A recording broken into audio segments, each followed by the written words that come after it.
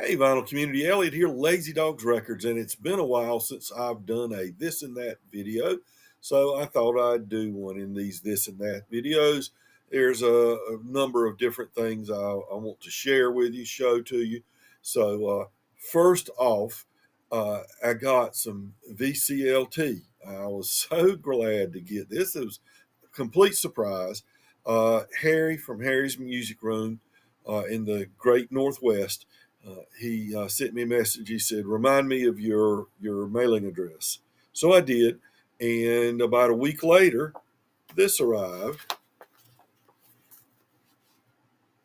and very generous of Harry. I appreciate it so much, Harry.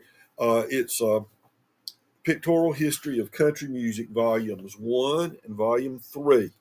And I haven't gone into much detail yet. I've looked through them, looked and read the captions of some of the pictures and things like that. Isn't that a great picture right there? But this goes way back, starting in the 1920s, I believe, with some of the pictures, and there's got a lot of reading material in there with it.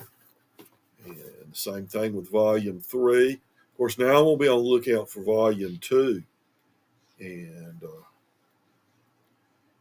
just really looking forward. Oh, look at that. The Skillet Lickers from North Georgia. Look at that hat he's wearing. Cool. So Harry sent me that, and also this. And I believe what this is a little brochure that they sold at concerts. This seems to be a 4-artist package show.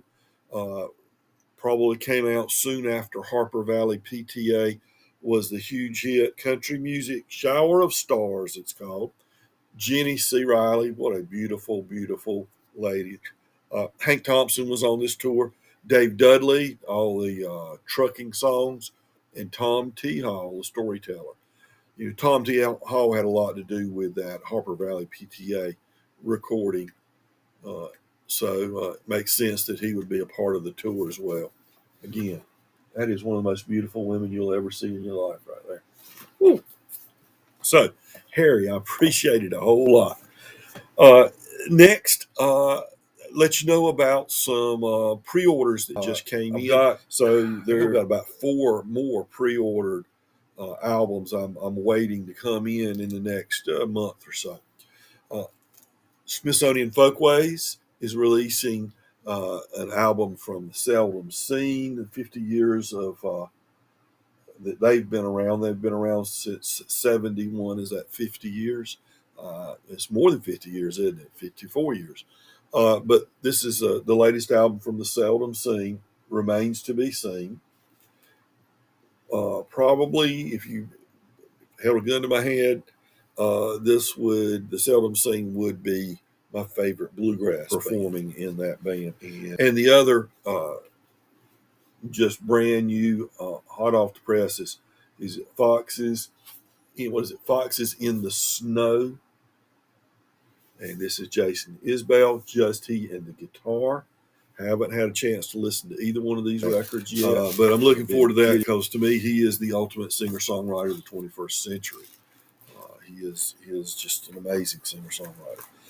The next thing I'll show you is where do we get our ideas for what records we want to buy, what gets our curiosity up, or what gets us thinking about a particular artist and causes us to buy.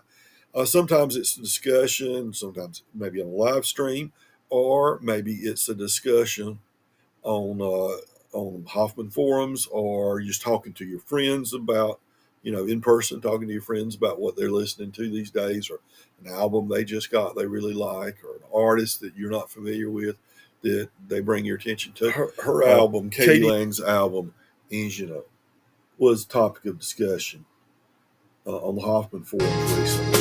And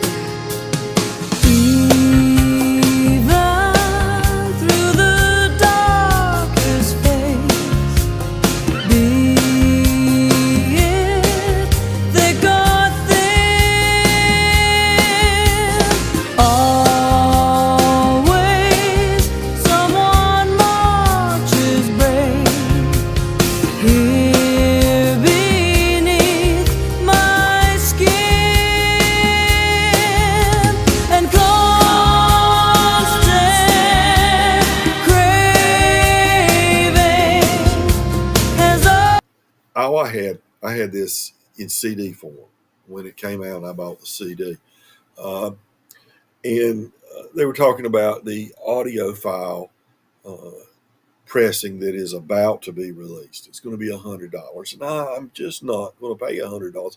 I don't have a $40,000 stereo system here where I'm going to be able to hear the difference between an excellent pressing and an audiophile pressing. So I'm not going to do that.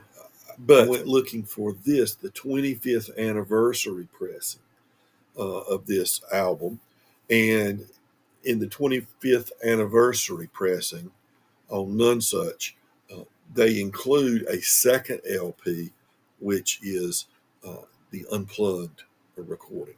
So you really get two. So $100 for the audiophile, or an excellent pressing of this album that they did for the 25th anniversary that includes a second LP of unplugged recordings. So it was a no-brainer for me. I found this in near mint condition on Discogs for 20. They were asking 26. I offered them 23, and they took it. So I got that, and it was free shipping, I think, if your order was over $50. So I got that. I think I gave 26 for this Barbelin. You'll lose a good thing. And didn't know I wanted it till I saw it, and I said, yeah, that's something I want. I think I was 26.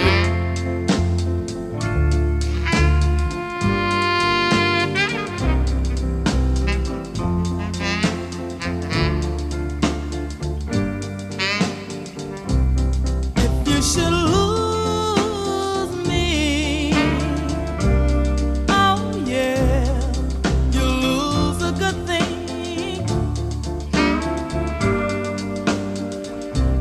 If you should lose me, oh yeah, you lose a good thing.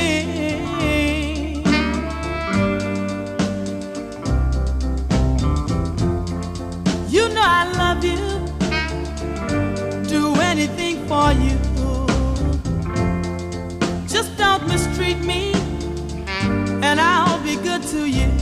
'Cause if you should lose me, oh yeah, you'll lose a good thing.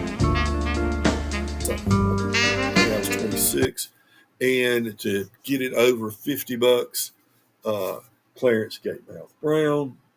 This is a late 80s recording, Standing My Ground on Alligator Records. I was happy to get those three. $58. This is the least expensive. It's a cutout, and I believe it's a promo too. Yeah, and this was the least expensive. But the way I figure it, I take 58, divide it by 3, and I come up with about $19 a piece, something along those lines for these records, these 3 records. So that's one of the strategies I use when buying online. Okay, get enough to get free shipping, and don't think of it as I'm paying a whole lot for this record, not that much for this record. Just combine the costs in your mind, and you paid a reasonable amount. Okay. In my previous video, I was talking about strategery, the strategies to use when buying online. So now I'll address buying new vinyl online. Here's a strategy. First of all, if you go to Discogs, even if you're looking to buy it from a brick and mortar store on Discogs, be wary, because oftentimes they're a little bit higher as mint or near mint new sealed records on Discogs than they are if you go to somewhere like InGroove. I went to the InGroove site. Now, I'm not saying InGroove is the one you should go to all the time. It's a good one. There are other good ones like that. But I went there, and $100 purchase or greater is free shipping. So that's something to bear in mind. when you decide you're going to buy something new, you might as well wait a little while until you've got several items that you really want before you do. So I went there, and on Discogs, this Steve Young album, his first record, Rock, Salt, and Nails. Great singer songwriter. Most of us know him as the writer of Seven Bridges or Lonesome, Ornery, and Mean. I've got several of his albums from the mid to late 70s, but I did not have this album.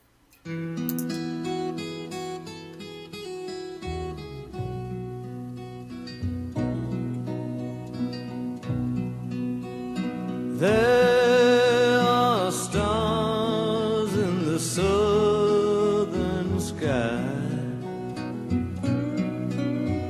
southward as you go.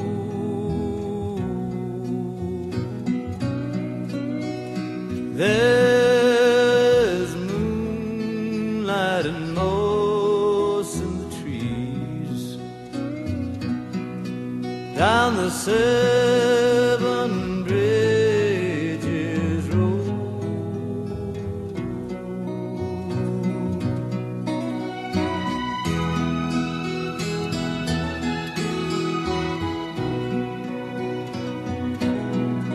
Now I have loved you like a baby, like some lonesome child.